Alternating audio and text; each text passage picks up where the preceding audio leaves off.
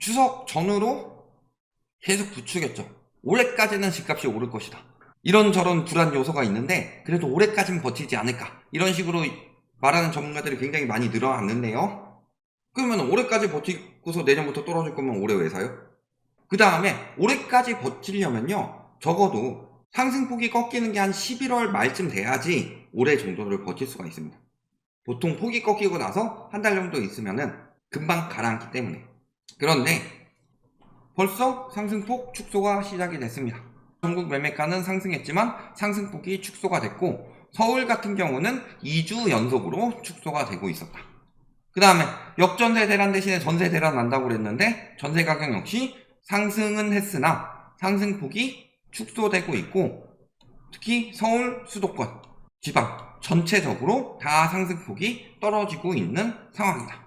자, 그래서 상승폭은 이미 꺾이고 있고요. 거래량도 마찬가지죠. 자, 8월 잠깐 반짝하는 것 같더니만 집계는 다 안 됐지만 9월 거래량은 8월보다 꽤 많이 축소될 것으로 보인다.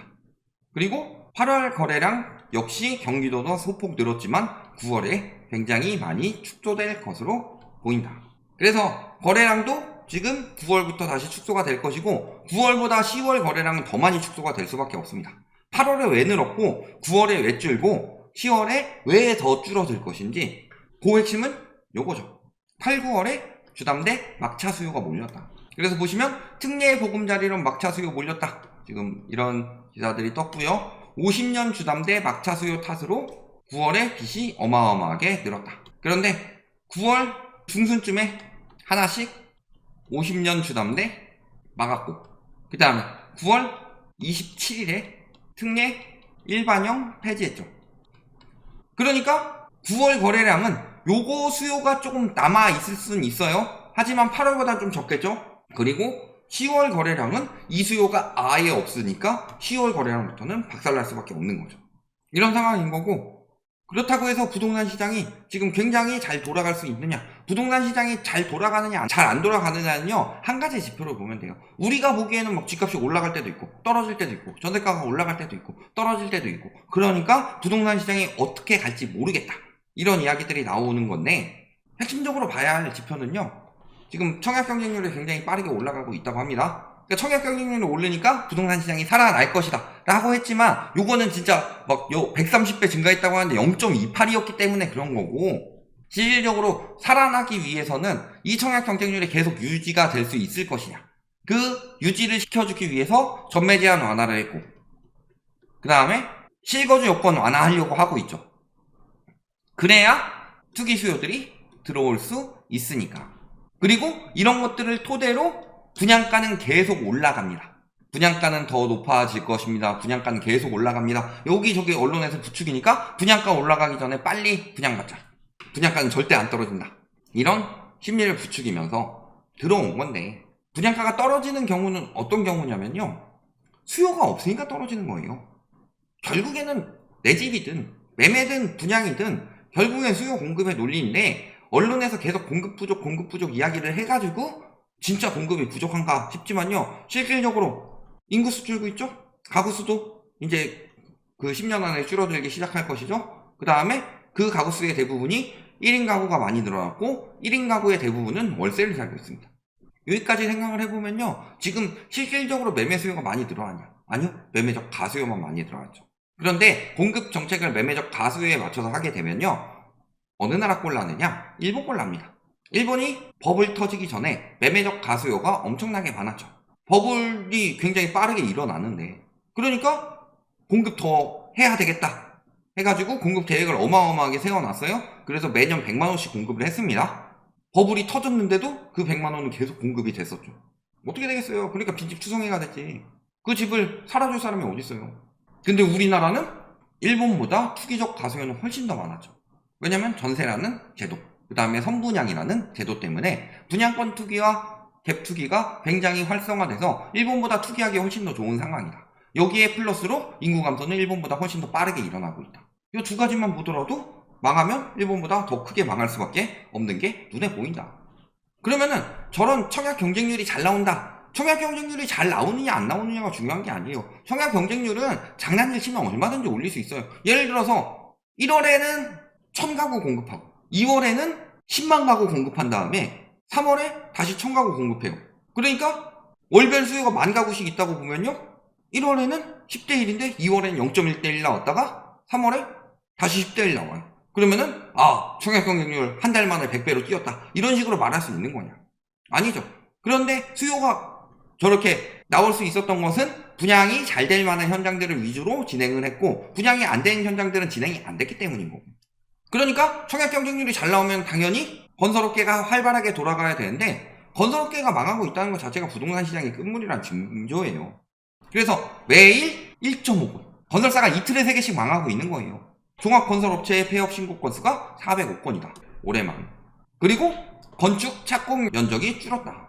그래서 건축이 안 되고 분양이 덜 나오는 상황에서 둔촌주공 살려준답시고 규제를 다 풀고 중도금 대출 다 풀어주고 하니까 이 모양 이 꼴이 난 거지. 중도금 대출을 왜 풀어줘요? 중도금 대출, 둔촌주공이 13억 14억에 9평이 나오는데 중도금 대출 못 받아가지고 내 집 마련 못한다가 아니라 13억 14억짜리에다가 중도금 대출 안 내줘서 합리적인 가격으로 떨어지게 만드는 게 핵심인데, 그 다음에 건설사만 문 닫느냐?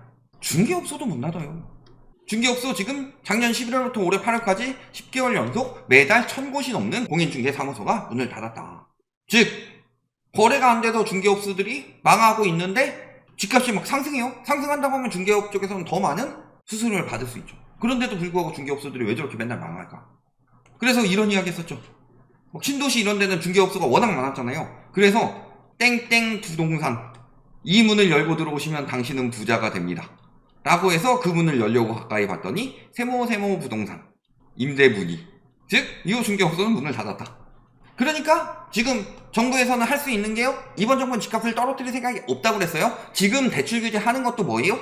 가격 부채가 너무 위험하니까 대출 규제를 하는 거지, 이거는 부동산을 잡으려고 대출 규제를 하는 게 아니에요. 그러니까 이번에 정부가 하는 발언들을 보면요, 하는 발언들을 보면은 집값을 잡을 생각이 절대 없다.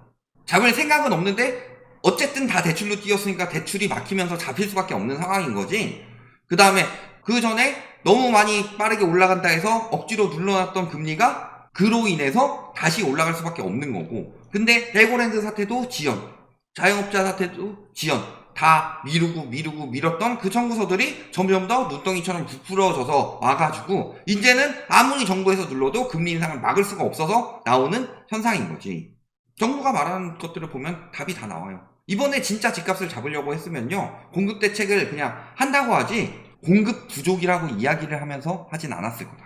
문재인 정부 때 욕 엄청 먹었죠. 공급 부족 인정 안 한다고 해놓고서 결국엔 공급 정책 썼다. 근데 공급 부족이 아닌 상황이었어요. 공급은 많았고 투기적 가수요들, 그 다음에 여기에다가 영끌을 부추겨서, 그 투기적 가수요들이 영끌을 어마어마하게 부추겨서 잠재적 미래 실수요들까지 다 유입이 돼서 공급이 부족한 것처럼 보였을 뿐이지 공급이 부족하지 않았다. 그런데 하도 공급 부족으로 언론 플레이를 하니까 그러면은 내가 규제도 하는데 공급도 때려줄게 하면서 공급 정책까지 나온 거죠. 이걸 언론에서 뭐라고 그랬어요? 공급 부족 인정을 안 했다. 공급 부족은 아니에요. 지금 매물 쌓이는 게 2배 이상 쌓였는데 무슨 공급 부족이야. 그런데 이 와중에 정부가 뭐라고 그래요? 공급 부족 우려로 공급 정책을 했다. 그러면서 PF 지원하고 지금 공급 부족이 심각하다. 이런 식으로 이야기를 해버리니까 사람들의 심리가 자극이 되는 거죠. 문재인 정부 때도 사실 공급 부족 아니었다. 근데 지금은 더더욱 공급 부족이 아니다. 그런데 가장 사람들 심리 조장하기 좋은 프레임이 공급 부족이죠. 그리고 가장 전문가란 작자들이 써먹기 좋은 프레임이 공급 부족이다. 왜? 공급을 아무리 많이 때리면 뭐예요? 공급을 한 달에 100만 원씩 때리면 뭐예요? 수요가 더 많다고 그냥 우겨버리면 되는데. 그렇잖아요. 분양이 많으면 입주를 토대로 공급 부족이라고 하고, 입주가 많으면 분양을 토대로 공급 부족이라고 하고. 말기어 맞추기 좋은 거예요. 공급 부족만큼 말기어 맞추기 좋은 거 없다. 그럼 핵심적으로 뭘 생각해봐야 되냐?